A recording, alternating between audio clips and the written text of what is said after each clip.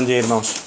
Eu, por mim, acho que o Abrão deveria ficar aqui até ao fim, porque, de facto, as letras do Abrão são verdadeiras mensagens e é muito bom. Eu estava embalado já. Eu, por mim, já ficava ali e o Abrão ficava aqui a cantar o resto do culto, porque as letras são muito profundas.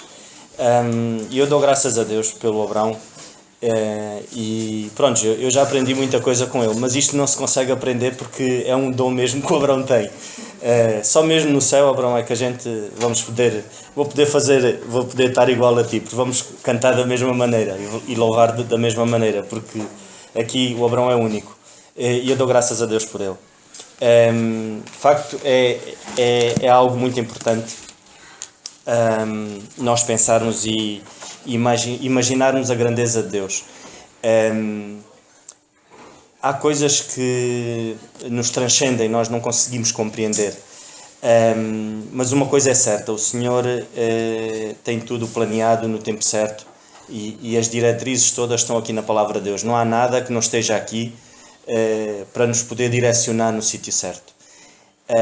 Nós quando falamos, e hoje falávamos acerca do Cristóvão, e de facto em Angola é um campo muito vasto, é um campo missionário muito vasto, como é o Brasil, como é a Europa. Eu acho que hoje a Europa acho que é um campo ainda maior, porque infelizmente as pessoas, por terem tudo, pensam que não precisam de Deus.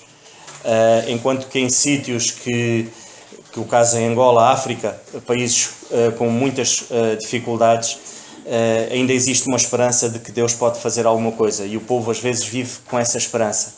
A Europa não, mas que o Senhor nos ajude. Mas o maior campo missionário que nós temos é nos nossos próprios lares. Nós vemos grandes homens de Deus outrora, conquistaram nações, vemos grandes homens de Deus que foram usados de uma maneira tremenda, mas que o lar deles foi um fracasso autêntico. É de facto o maior campo missionário que nós podemos ter, é o nosso próprio lar. Eu queria vos falar acerca, antes de poder me debruçar sobre isso, Lucas no capítulo 15, e que nos fala acerca do filho pródigo. Eu vou citar algumas passagens antes disso, não vale a pena irmos lá para não perdermos tempo, mas eu vou-vos falar acerca de grandes homens de Deus, que houve ali uma falha.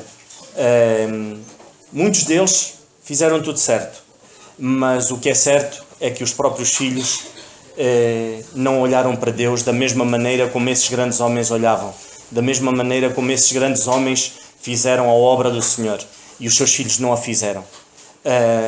E nós pensamos assim: será que existe alguma fórmula mágica para podermos direcionar os nossos filhos nos caminhos do Senhor? Não existe forma mágica nenhuma, mas existe a Palavra de Deus que nos dá as diretrizes certas. E eu hoje, ao falar acerca do filho pródigo, quero-vos mostrar, e o Senhor já falou para mim acerca disso, como de facto nós temos as diretrizes certas para podermos direcionar os nossos filhos no caminho mais correto. Nós vemos em Gênesis Abel e Caim. Vemos onde é que Adão falhou, que o próprio filho, o próprio irmão mata outro irmão. Nós vemos em Gênesis, no capítulo 37 e no versículo 3, Jacó, com aqueles filhos todos, vemos onde é que ele falhou. Ele certamente foi um homem, e foi um homem que serviu ao Senhor, mas vemos que houve ali uma falha. Vemos que os outros irmãos venderam o próprio irmão, quiseram-no matar. Vemos Jacó ter preferências. Ele tinha preferências, ele preferia o irmão José. Vemos em 1 Samuel, no capítulo 2 e no versículo 29, vemos como é que os filhos de Eli desonraram o nome do Senhor. E vemos que Eli foi um grande homem de Deus. Vemos que Eli, o Senhor repreendeu e disse-lhe: tu honraste mais os teus próprios filhos do que honraste a mim. Deus repreendeu Eli e disse: tu honraste mais os filhos do que honraste a mim. Nós mais à frente, no livro de 2 Samuel, no capítulo 15, vemos o que aconteceu com David. Vemos que David foi um grande homem de Deus, utilizado por Deus de uma maneira tremenda, conquistou nações, derrotou exércitos e o lar dele foi um fracasso. Os próprios filhos se revoltaram contra o próprio pai. E nós podemos ver isso, 2 Samuel, no capítulo 15. Nós vemos os filhos de Jó. Jó era um grande homem de Deus. E Jó constantemente o que é que ele fazia? Ele sacrificava ao Senhor pela promiscuidade que os filhos tinham, que os filhos faziam, festas constantemente, aquilo era uma maravilha para eles. E, no entanto, vemos estes homens, foram grandes homens de Deus. Nós vemos hoje, na atualidade, grandes homens de Deus a serem utilizados por Deus, e infelizmente os próprios lares são um fracasso. Os seus próprios filhos seguiram o caminho deles, fizeram as suas próprias escolhas. E eu queria abrir, agora sim, vamos abrir em Lucas, no capítulo 15.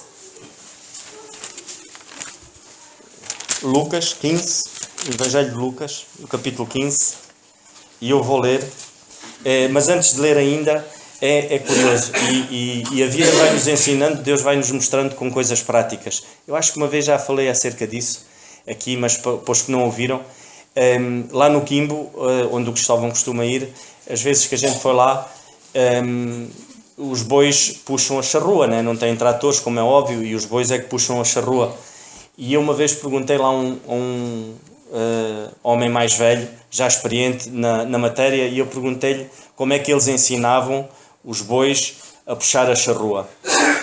E ele depois disse que os vitelos, que são os mais novos, ainda muito novinhos, os bois muito novinhos, eles amarravam-nos ao lado do boi que estava à frente a puxar a charrua, amarravam-no com uma corda ao pescoço do outro boi e ele só o seguia. Ele não fazia nada, mas só o seguia. E o facto de o seguir, ele ia aprendendo.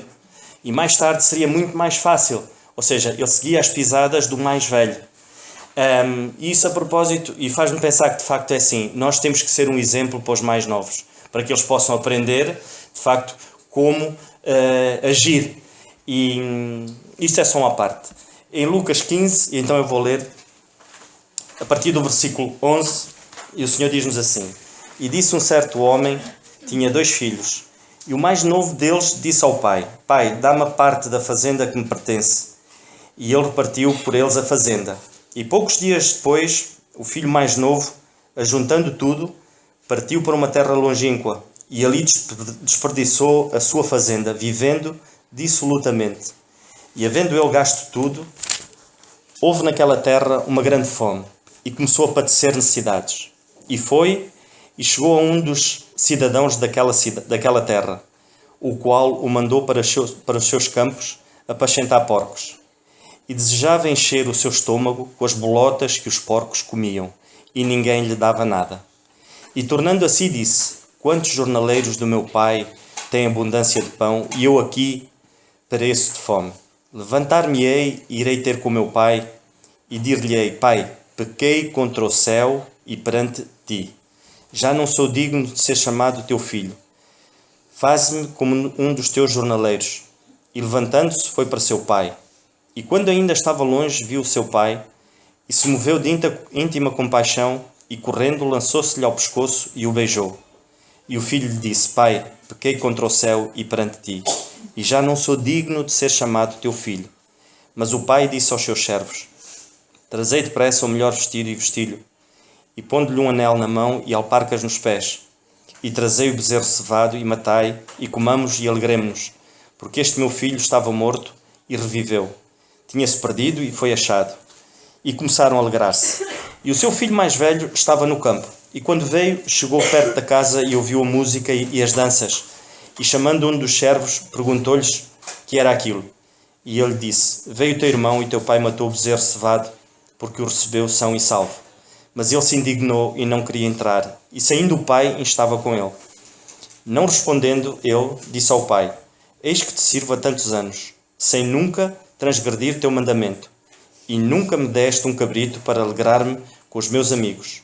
Vindo, porém, este teu filho, que desperdiçou a tua fazenda, com as meretrizes, mataste-lhe o bezerro cevado. E ele lhe disse: Filho, tu sempre estás comigo, e todas as minhas coisas são tuas. Mas era justo alegrar-nos e folgar-nos, porque este teu irmão estava morto, e reviveu, e tinha-se perdido, e achou-se.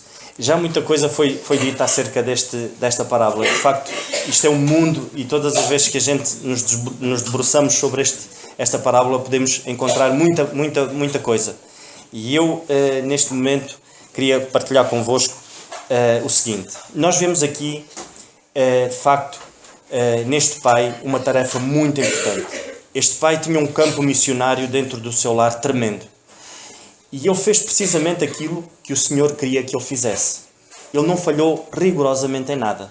E nós pensamos assim, então não falhou e o filho quis a parte dele e foi-se embora?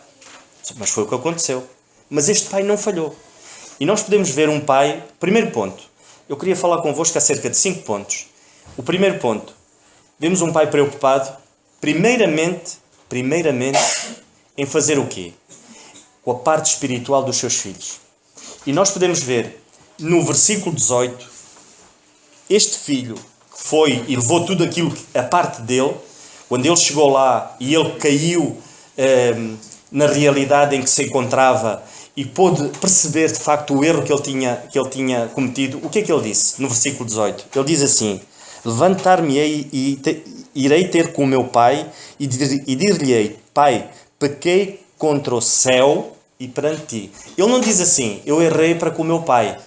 Ele diz assim: eu pequei contra o céu. Ou seja, nós vemos que aquele filho, a preocupação daquele pai inicialmente foi quê? Foi fazer com que os filhos temessem a Deus. Essa tem que ser a nossa preocupação. Regra número 1. Esta é a regra número 1. É que os nossos filhos temam a Deus.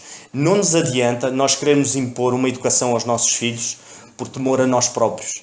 Ou seja, nós estabelecermos padrões baseados naquilo que nós pensamos que seja correto. Não, os nossos padrões têm que ser padrões bíblicos. E foi isso que este pai fez. Nós vemos que quando ele chega e vai ter com o pai, ele diz também isso. Pecou contra o céu. Ele diz pecou contra Deus. Esta foi a preocupação, ou seja, foi o primeiro pensamento que aquele filho teve, foi: eu pequei contra o meu próprio Deus. Ou seja, nós vemos um filho em que o Senhor ministrou-lhe, este pai ministrou-lhe aquilo que era correto, que era o temor ao Senhor. Esse é o primeiro ponto. Nós vemos que é um filho que não se preocupou e vemos nitidamente aqui que ele não pôs Deus de lado. Ou seja, ele podia ter-se arrependido perante as palavras e o ensinamento que o pai tinha-lhe dado, mas não foi isso. Ele diz nitidamente que pecou contra o céu. Nós vemos no segundo ponto que este pai respeitou a decisão do filho. Quando o filho decidiu partir, nós vemos o que é que o pai fez. O pai disse: queres a tua parte? Então toma a tua parte. Nós jamais devemos interferir nas decisões dos nossos filhos. Às vezes temos a mania de interferir na vida profissional deles. Às vezes queremos que os nossos filhos sigam as nossas próprias pisadas. Quando nós não sabemos se é essa a vontade de Deus para a vida deles. Quantos vemos que de facto os filhos seguiram as pisadas dos pais e foram uma bênção? Porque assim o Senhor o quis. Mas às vezes queremos incutir nos nossos filhos ou queremos fazer deles aquilo que nós desejamos que eles fizessem quando tivessem a sua profissão. Às vezes interferimos aos nossos filhos no namoro, na escolha da pessoa que eles vão escolher para o resto da vida. Não deve ser assim. A escolha é deles. Este filho escolheu a parte dele, receber a parte dele e ir. E sofreu as consequências disso. Nós vemos este pai respeitar ao ponto de não ir atrás do filho. Quantas vezes nós vamos e tapamos os buracos aos nossos próprios filhos e eles não crescem. Nós vimos este filho, ele teve que crescer porquê? Porque ele bateu no fundo. Ele teve que ir comer, ele desejava comer as bolotas dos porcos. Ou seja, mas porquê? Porque o pai não foi atrás dele. Eu não sei quanto tempo passou, desde o dia em que ele pegou no dinheiro dele, parte dele, e foi, e gastou tudo. Eu imagino a dor deste pai. Imagino quantas vezes ele dobrou os joelhos e falou com o Senhor acerca deste filho. Ele amava-o tanto que nós não vemos nele nitidamente ira nenhuma. Nós vemos este pai, provavelmente, ele entristeceu-se muito com a atitude do filho, mas ele não foi atrás do filho. Ele respeitou a decisão do filho. Nós não vemos este pai ir pagar as dívidas que o filho fez. Nós não vemos este pai pegar na marmita e levar que é para o filho comer porque se calhar teria fome. Quantas vezes este pai, ao sentar-se na mesa, não imaginou o que o filho não estava a passar? Sabemos que a dor deste pai era tremenda. O que é que ele fez? Ele dobrou os joelhos ao Senhor e ele rogou ao Senhor para que o filho se arrependesse dos caminhos onde ele andava. E foi isso que aconteceu. A melhor arma é a oração. Às vezes interferimos porque o nosso próprio filho escolheu uma rapariga porque não era aquilo que nos convinha ou não parece que seja aquilo. Mas quem disse? O Senhor pode transformar. E se assim não for, essa pessoa irá sofrer as consequências. Mas tem que ser assim. É assim que o Senhor age connosco. Nós hoje temos a oportunidade de escolher o Senhor como nosso Salvador. E o Senhor respeita a decisão de cada um. O Senhor não nos obriga a escolher o Senhor Jesus Cristo como nosso Salvador. Ele respeita-nos. Ele respeita a nossa escolha. Mas vamos sofrer as consequências. Se não o escolhermos como nosso Salvador. Aí vamos sofrer. Sem dúvida nenhuma. E este filho foi o que aconteceu. Ele padeceu muito. Porquê? Porque gastou tudo o que o pai tinha lhe dado. A parte dele ele gastou. O terceiro ponto, nós vemos aqui que este pai revelou de facto um amor tremendo. Nós vemos que foi um pai que quando o filho se arrependeu, ele recebeu de braços abertos. Ele não foi um pai que o encostou numa cadeira e o interrogou. Então, mas tu fizeste isto e tu fizeste aquilo e tu... Quantas vezes nós queremos descarregar a nossa ira nos nossos próprios filhos? Porque o dia não nos correu bem. Quantas vezes, se os nossos filhos erram e pedem desculpa, está desculpado.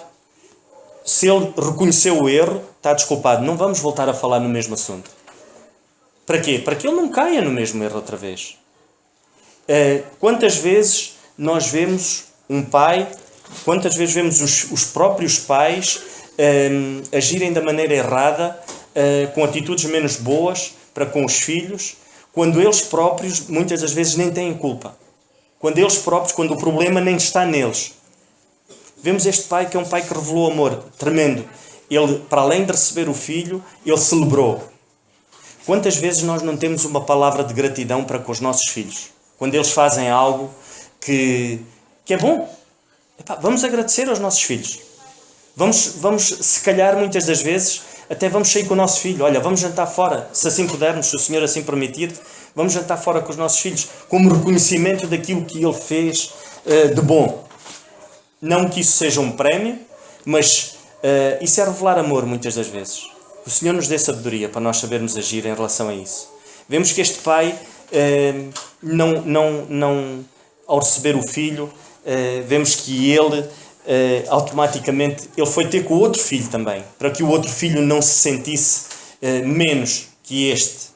Ele foi um pai preocupado. Vemos que era um pai preocupado. Ele podia estar com aquela situação toda do filho ter voltado, e a alegria, e a festa e tudo mais. Ele nem podia ter ligado ao outro filho. Mas não foi isso que ele fez. Ele foi ter com o outro filho. Porque ele também estava preocupado com ele. Revelou amor tanto a um como ao outro. Nós vemos este pai não ter preferências. E ele não tinha preferências. Ele não amava o filho mais novo porque ele voltou, ou por isto, ou por lhe ter dado a parte dele. Ele amava os dois da mesma maneira. Mais à frente podemos ver isto. No quarto ponto, nós vemos um pai atento aos pequenos pormenores. Vemos que este pai não satisfazia aquilo que os filhos queriam. Nós vemos o filho mais velho dizer assim, que ele nunca lhe tinha dado um cabrito para ele festejar com os amigos. E porquê que será que ele nunca tinha dado um cabrito para ele festejar com os amigos? Se calhar ele pensava, e muito bem, se calhar ele agiu da maneira mais correta. Ou seja, nós vemos atrás o que é que aconteceu com os filhos de Eli. Nós vemos o que é que acontecia com os filhos de Jó. Às vezes os jovens não têm o discernimento certo, nem têm os limites, e é preciso que os pais ponham limites nisso. Nós vemos este pai preocupado com isso, e nós vemos que este pai, quantas vezes provavelmente este filho não lhe pediu um cabrito para ele festejar com os amigos. A nossa atitude para com os nossos filhos tem que ser sim ou não. Muitas das vezes os nossos filhos vencem-nos pelo cansaço. Mas este filho nunca venceu o pai pelo cansaço. Vemos que este filho, quantas vezes ele deve ter pedido, se calhar ao pai? Porque ele aqui cita esta passagem, ele cita isto. Eu pedi-te um cabrito e tu nunca me deste. Se calhar, para ele não se deleitar, festejar nos próprios deleites dele, com os amigos, e isso depois se calhar ia o levar a caminhos menos bons. E mais tarde este filho se calhar vai agradecer ao pai aquilo que o pai não fez, ou seja, aquilo que o pai não fez para satisfazer o próprio capricho dele. Muitas das vezes nós como pais, quantas vezes os nossos filhos ainda pequenos, e nós dizemos, olha, vou contar até 3, ou vou contar até 10. Isso é o maior erro, meus irmãos. É sim ou não? E muitas das vezes nós caímos no erro dos nossos filhos nos cansarem por pedirem sempre as mesmas coisas, e a gente acaba por ceder. Este pai nunca cedeu em relação a isso. Este filho quis ir-se embora, olha, então tudo bem, está aqui a tua parte, vai. O filho quis um cabrito, ele disse que não, porque ele sabia as consequências que isso mais tarde vinham daí. Nós vemos um pai justo, vemos um pai que não tinha preferências, como já falamos. Vemos que Jacó caiu no erro de ter preferência, e vemos que isso trouxe consequências terríveis. Vemos inveja, vemos ódio de uns para com os outros, dos outros irmãos para com José, e nós aqui vemos que este foi um pai justo. Foi um pai justo que ele no fim ele diz assim, no versículo 31, ele disse, quando o filho reclamou, ele disse assim, e ele disse, filho, tu sempre estás comigo, todas as minhas coisas são tuas. Ou seja, aquilo que o outro filho tinha gasto, acabou, gastou. Agora, todas aquelas coisas que ele tinha eram desse filho.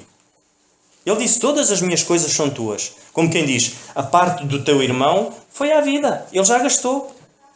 Mas não foi por isso que ele não deixou de mostrar amor para com o filho. Mas ele era um homem justo, era um pai justo.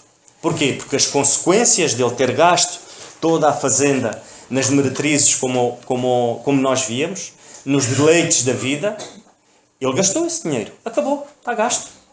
Agora, provavelmente, ele ia ter que trabalhar. Ele próprio disse, e ele sabia que o pai dele era justo. Ele disse, quem me dera ser como um dos jornaleiros do meu pai. Porquê? Porque ele sabia que agora ia trabalhar. Este filho mais velho, quando aconteceu onde é que ele estava? Ele estava no campo. Estava a trabalhar. Se calhar este pai nem tinha necessidade de pôr os filhos a trabalhar. Se calhar não tinha necessidade disso. Ele era um homem abastado. Mas o filho estava a trabalhar no campo. Ele não tinha necessidade de negar um cabrito para o filho porque estava a passar necessidades. Não. Ele se calhar tinha muitos cabritos. Mas ele sabia que não era o melhor para o filho. E nós vemos que é um pai justo. Porque o que o filho gastou, acabou. Está gasto. Agora, aquilo que eu tenho é teu.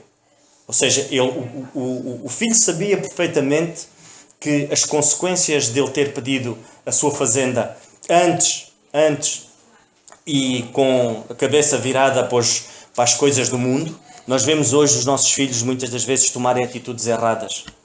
Mas é assim, irmãos, as consequências eles têm que as sofrer para poderem crescer.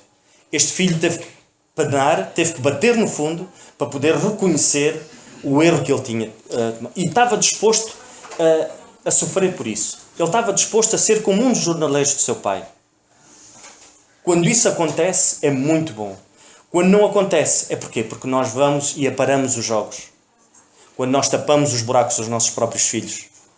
Quando um filho nosso parte o vidro do vizinho, nós temos que o chamar à pedra. E o vidro do vizinho tem que sair da mesada. Tem que ser, partiste, agora a mesada que tu recebes, uma parte vai ser para pagar o vidro. Porquê? Porque tem que custar. Quando a gente não prova o amargo, nunca sabemos dar valor ao doce. E esse é o grande problema. Nós vemos este pai preocupado em preparar os filhos para a vida. Nós não vemos um pai a preparar a vida para os filhos. Ele preparou os filhos para a vida. E nós vemos que este rapaz, para além, ele esteve disposto a trabalhar. Ele foi apacentar porcos. Ele não se negou. Ele podia ter, se ele não estivesse preparado, se calhar rapidamente ele tinha voltado para o pai. Mas ele tentou tudo por tudo. Ele até porcos foi apacentar. Mas chegou a um ponto que teve que bater no fundo para reconhecer. Que o Senhor nos ajude, de facto, a podermos perceber aquilo quais são as diretrizes que o Senhor quer. Nós vemos o primeiro ponto, um pai preocupado em poder ministrar aos filhos o amor ao Senhor, para que eles possam converter e seguir as pisadas e os caminhos do Senhor. Vemos o segundo ponto, que é um pai que respeitou as escolhas dos filhos, e é isso que nós devemos fazer. Vemos o terceiro ponto, foi um pai que revelou amor para com o filho e para com os dois filhos. Vemos o quarto ponto, que é um pai atento aos pequenos pormenores. Vemos quando ele lhe pediu, de facto, o cabrito para ir festejar, vemos qual era a preocupação do pai. E como pais nós temos essa responsabilidade. E para estarmos atentos aos pormenores, o que é preciso? É passar tempo com os nossos filhos. Quantas vezes nós nos deixamos levar pelo cansaço? Quantas vezes nós não vamos jogar a bola com o nosso filho? Eu esta semana estive lá no Nuno, lá em cima no norte, no gerro do nosso irmão Carlos, e estive a trabalhar com ele e a gente já chegava tarde. E eu não disse nada, mas eu gosto de apreciar. E o Nuno, a gente chegou, já eram 8h30 da noite, e ele foi jogar a bola com o filho. Isso é muito importante. Os nossos filhos nunca vão dar valor àquilo que a gente lhes dá, mas ao tempo que a gente passa com eles. Que essa seja a nossa preocupação. Se nós tivermos essa preocupação, nós então vamos estar atentos aos pequenos pormenores. E por último, vemos que é um pai justo, imparcial. Vemos que é um pai que não tem preferências. Quantos há que caem no erro de que este filho é mais parecido comigo e então caem no erro de satisfazer mais as vontades de um filho do que noutro? Não pode ser assim. Porque não é isso, não é dessa maneira que o Senhor age connosco. O Senhor não tem preferências. O Senhor ama todos da mesma maneira. Entregou-se, Ele diz, que entregou-se por todos. Não só por alguns, pelos preferidos, não. Foi por todos. Todos, não há exceção de pessoas. Eu antes de terminar gostava de passar um pequeno vídeo. Eu queria ao Paulo, é um pequeno trecho, são 5 minutinhos. Eu já passei da hora. São 5 minutos. Paulo, depois apaga só estas duas luzes. E eu queria que os irmãos vissem este vídeo e pensassem profundamente, principalmente os pais. Dava para apagar estas luzes? Paulo, faz favor.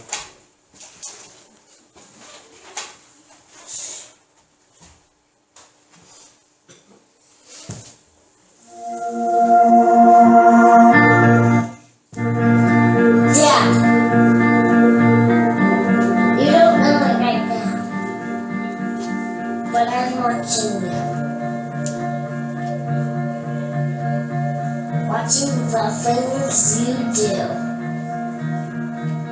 I'm watching the way you treat people. The way you treat me and my mom and my sister. The way you live your life is having a big impact on me. When it's time for me to choose a career and provide for my family, your work ethic will be on my mind.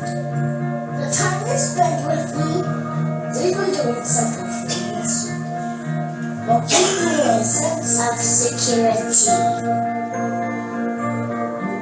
There have been times in my life where I struggle with integrity. I may be not sure what to do, but I will recall how you stood up for what was right, even if you could have looked the other way. Many of the choices you are making, I will also make. Please don't be afraid to show me your failures, to show me your mistakes. I will learn from them. Dad, are you listening? I'm watching. Watching to see if you really believe what you say about God. I need you to help show me the way. Show me how to live life that isn't safe, but is good. So I'm watching you, Dad, every day. You're teaching me how to live, whether you know it or not.